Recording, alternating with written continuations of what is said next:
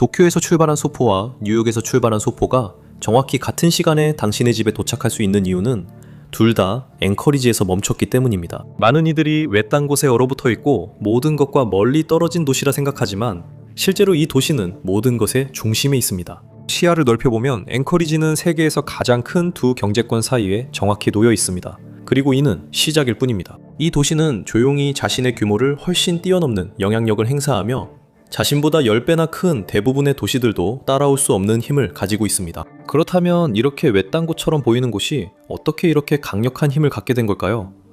우선 앵커리지는 알래스카의 중심지입니다. 주 인구의 3분의 1 이상이 이곳에 살고 있습니다. 이러한 인구 집중은 주위 경제, 교통, 그리고 인프라에 막대한 영향력을 행사하게 만듭니다. 본토를 통해 알래스카에 오는 거의 모든 사람들은 앵커리지를 거치게 됩니다. 처음 보면 앵커리지는 인근 도시들과 단절되어 있는 것처럼 보입니다. 지역적인 대체나 예비 수단이 없습니다. 하지만 실제로는 모든 중요한 시스템, 항공편, 화물, 그리고 연결망이 이 한 곳의 중심지로 모입니다. 테드 스티븐스 앵커리지 국제공항은 매년 수백만 명의 승객을 이동시키고 10만 건이 넘는 착륙을 처리합니다.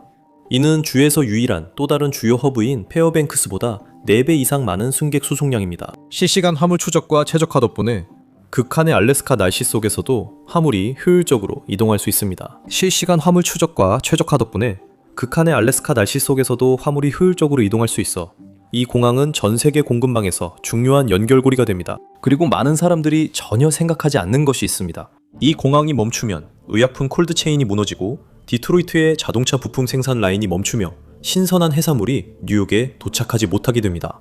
단 하나의 공항, 단 하나의 도시입니다. 그리고 그 영향은 인구가 있는 모든 대륙에 미칩니다. 하지만 여기서부터가 흥미로워집니다. 이곳은 장거리 노선이 교차하고 화물의 경로가 변경되며 여행객들이 이 정거장이 얼마나 중요한지조차 모른 채 지나가는 곳입니다. 앵커리지에서 전 세계 선진국의 90%가 9시간 반 이내의 비행거리 안에 있습니다.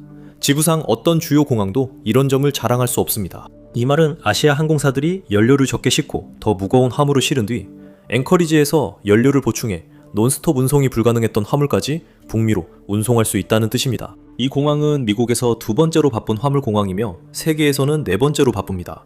페덱스, UPS, 그리고 미국 우정정이 이곳에 주요 허브를 두고 있습니다. 알래스카는 미국의 우편 및 소포 네트워크에 매우 중요한 역할을 하기 때문에 같은 외국 항공사의 서로 다른 항공기 사이에서 화물을 추가 검사 없이 옮길 수 있도록 하는 특별한 연방 허가를 받고 있습니다. 이 특권은 미국 본토 48개 주의 어떤 공항에도 없는 것입니다.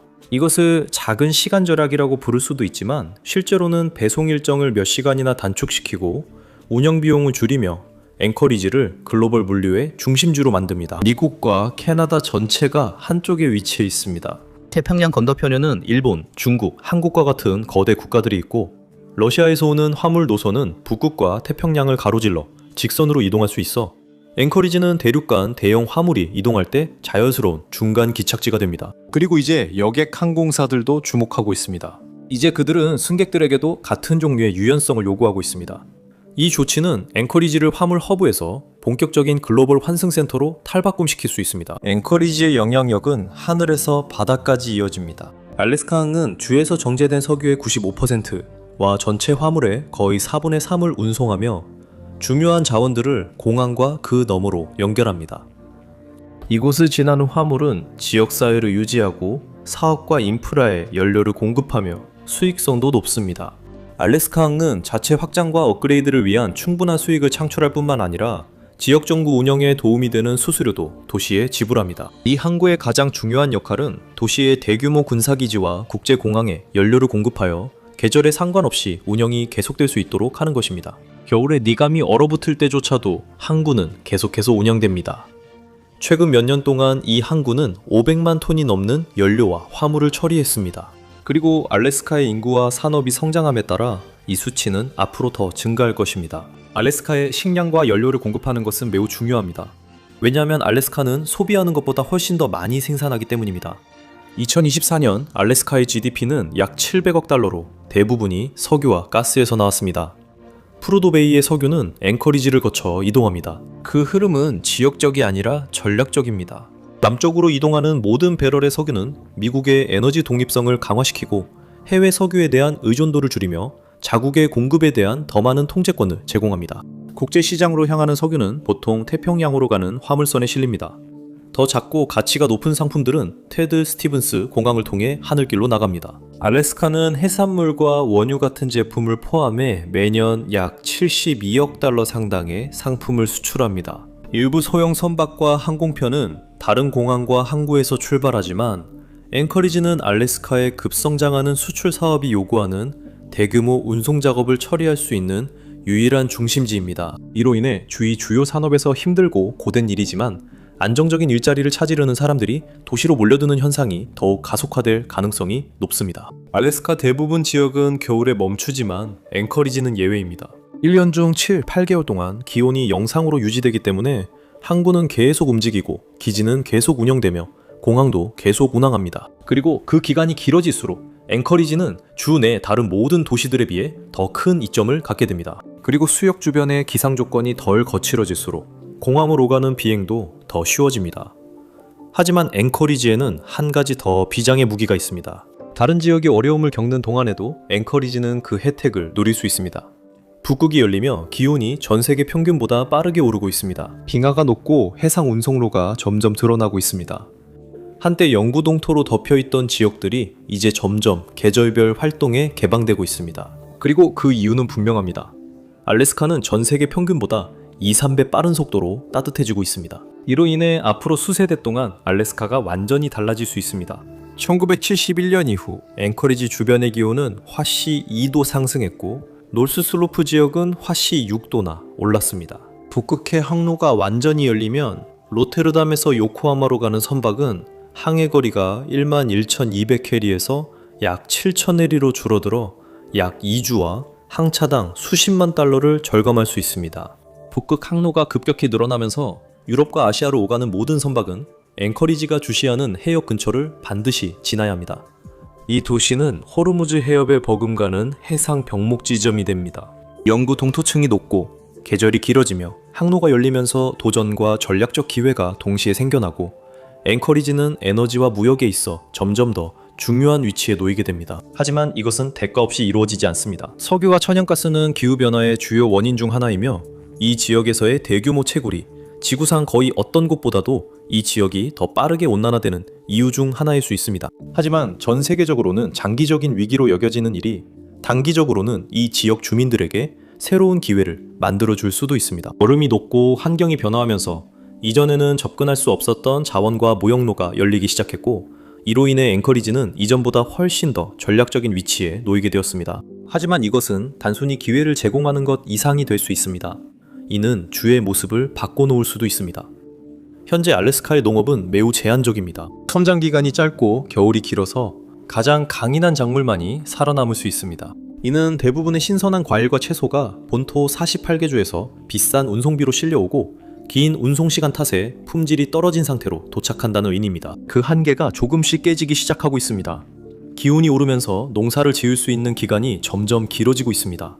불가능했던 일이 서서히 가능해지고 있습니다. 더 긴 재배 기간과 높은 수확량, 다양한 품종 덕분에 거의 전무했던 알래스카의 과일 생산이 이제 확대될 수 있습니다. 이런 추세가 계속된다면 알래스카주는 결국 수입에 의존하는 것에서 벗어나 남쪽으로 자체 농산물을 수출할 만큼 충분히 생산할 수 있게 될 것입니다.